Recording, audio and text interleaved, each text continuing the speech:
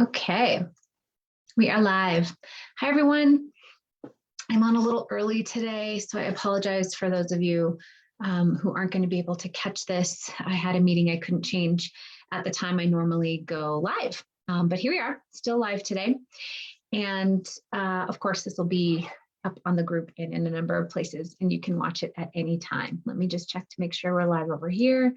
We are all set. Okay. So today's healthy conversation came out of it's sort of an iteration of a question that one of you asked me about when we were earlier in the year when I was doing the Healthy for the Holidays series and I was doing the Is It Worth It challenge. One of you had asked me about, sometimes I don't know if it's worth it because I think that I want it in the moment, but then after I've eaten it and overeaten it, then I realize that it's not worth it anymore. And she was, kind of expressing her confusion around that. So I wanted to clarify a couple of things that I think will be helpful for you all. And I will just say as a backstory, this is part of the reason why for many of my clients, the people who come to me, intuitive eating has not worked for them. So some of you have heard about intuitive eating, and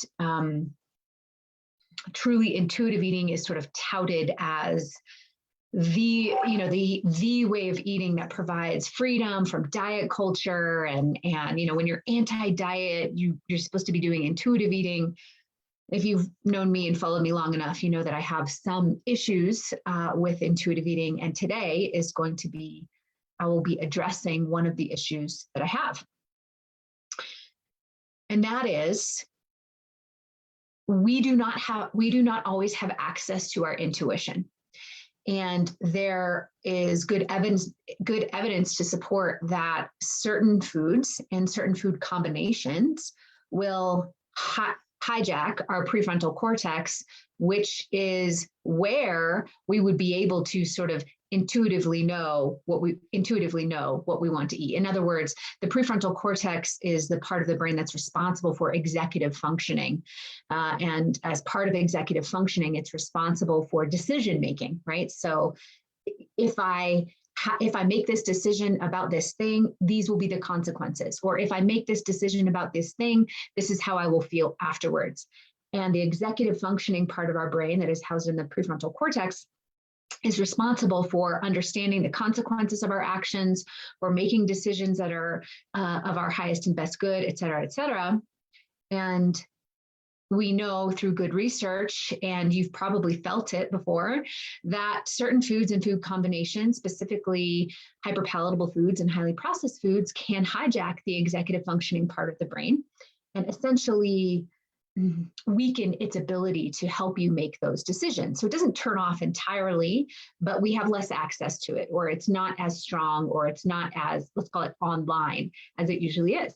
And so if that's the case, and you don't have access to that prefrontal cortex, or that part of your brain that would go all the way through the decision, then you're going to be making decisions about food with a hijacked prefrontal cortex. And when you think you want to eat the candy, in reality, that's not an intuitive message you're getting. That's a hijacking of the system. And what I'm going to teach you today is that's an activated dopamine response. And so for me, if I'll just close this loop on my, where I wouldn't say take issue for intuitive eating, but I will say if intuitive eating has not worked for you, or if it has felt like a challenge for you, or you have felt unsuccessful on it, these are some of the reasons why.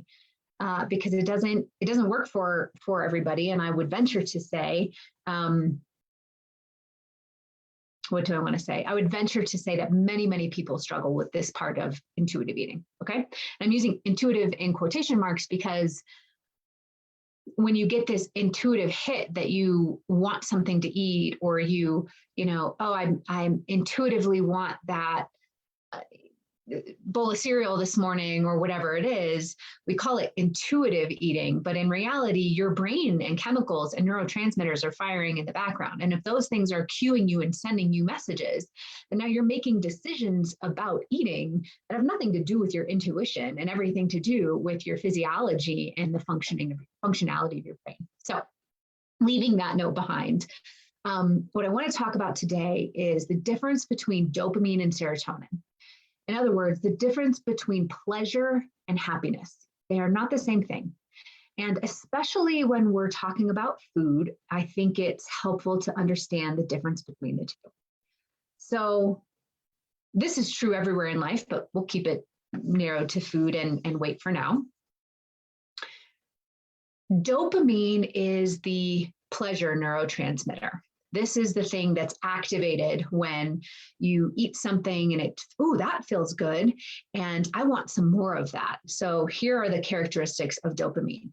That feels good. I want some more of that. Dopamine can feel frantic. It can feel like I don't want to say out of control, but it sort of takes over and we have this, I want more, I want more, I want more, I want more. So in the pleasure of it, there's always the wanting more of it. The dopamine says, keep going, keep going, keep going, keep going. It's pleasureful, it's pleasureful, it's pleasureful, right? And as you can see, there's no end in sight to that. If the dopamine is signaling and it says, pleasure, give me more, when does it stop, right? So it just keeps going. And I'm, of course, oversimplifying this for all of you so that you can really use it in practical application. Dopamine signaling it can often feel frantic. It can feel like you constantly want more. It can feel hard to stop once you've started. It can feel like a runaway train. It kind of takes off and you just want to engage in this pleasure. That's a sign of dopamine signaling, okay? The pleasure neurotransmitter.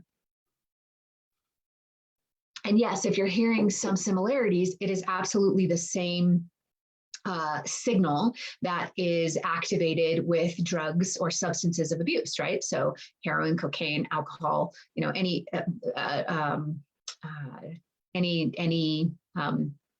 what do I want to say? Any pharmaceuticals, right? That are activating this dopamine pathway that we just want more of it. We want more of it. We want more of it. We want more of it, right? And as you can imagine, this is I don't want to say dangerous pathway, but it is the pathway that does not lead you to feeling good. The feel good pathway, the happiness pathway, what I like to call the satisfied pathway, is connected to serotonin. Your serotonin is the pathway that will give you happiness. And serotonin comes with calm, ease, peace. It's sustainable. Whereas dopamine is not sustainable, serotonin comes with this sense of sustainability, that it's lasting, right? It's not going to end. You don't have this sort of franticness that it's going to end, right? So when the serotonin pathway is activated, it feels like peace. It feels like happiness. It feels calm. We feel grounded. And I'll tell you why I'm explaining these two things here in a second. When it comes to eating, the happiness pathway feels something like satiation. It feels like when you go and to your favorite restaurant and you have that meal and you say, oh, this is so good. And you're able to kind of savor every bite. And you push back from the table and you went, wow, that was amazing. That meal was delicious. I'm so satisfied. Versus the dopamine signaling feels something like, I ordered ice cream for dessert and, oh, I have to have another bite. Oh, I have to have another bite. Oh, I have to have another bite. Oh, I have to have another bite, right? So it's fleeting. It is activated and then I need more, activated and then I need more, activated and then I need more. Whereas serotonin and happiness is lasting, it's grounding, it feels satisfying. It feels like, oh, that has filled me versus I need more of it in order to fill me, if that makes sense. Now, this might sound like a subtle difference, but what we know is that when we are eating in response to the dopamine activation, what happens over time is that dopamine gets down-regulated. Similar to what happens in addiction, dopamine gets down-regulated, and therefore you need more of the substance to produce that pleasure response. So again, when I'm talking about my issues with intuitive eating, we think we're intuitively having the amount of ice cream that we want, right? In reality, the dopamine pathway is being signaled. And if you have done it a few times, your dopamine response has been down regulated. And so it's encouraging you to eat more of it to get to that same level of dopamine signaling. You are not making a conscious decision about that. Your brain is signaling that all on its own. I need more, I need more, I need more, I need more. And you find yourself eating more and more over time. That is signature dopamine signaling. Okay. So how does this all play out and how can you all use it kind of in your day to day? What we want to start to work with and pay attention to. So if I'm going all the way back to the beginning to this lovely member's question, she was saying, I don't know if it's worth it sometimes because I think it's worth it in the moment, the dopamine signaling, the hijacked neocortex, right? She says, I think I want it in the moment. But after I've eaten it, I have overeaten it. Okay, so here we go. Neocortex hijacked because she sees this highly processed food and the neocortex goes, oh, yep, I want that, right? Dopamine signaling. We like that thing, have that thing. So she's trying to say, okay, I have a signal that says I want that thing. But then I start eating that thing and it's really hard for me to stop. Dopamine downregulation over time. So it's hijacking. I need more, I need more, I need more, I need more, I need more. And she'll get herself to stop. But afterwards, there's the guilt and the shame. Why did I do that? I don't like how I feel after I've eaten this thing. I don't like when I overeat it. So this is an indicator that she's got dopamine signaling towards pleasure for that thing. All right, now let's go to what happiness looks and feels like. If you are about to make a decision about food, whatever food, doesn't matter whatever food it is, and you're asking yourself the nourishing question, if you've been with me long enough, you know what the nourishing question is. Does this feel nourishing to me physically, mentally, emotionally? And let's say there's a piece of chocolate in front of you and you can look at that piece of chocolate and go, oh yeah, it's really yummy chocolate. I really love the taste of it. I really intentionally want to have a piece of that chocolate right now. And I know that one piece of chocolate will be enough to feel satisfied. That is a happiness serotonin response.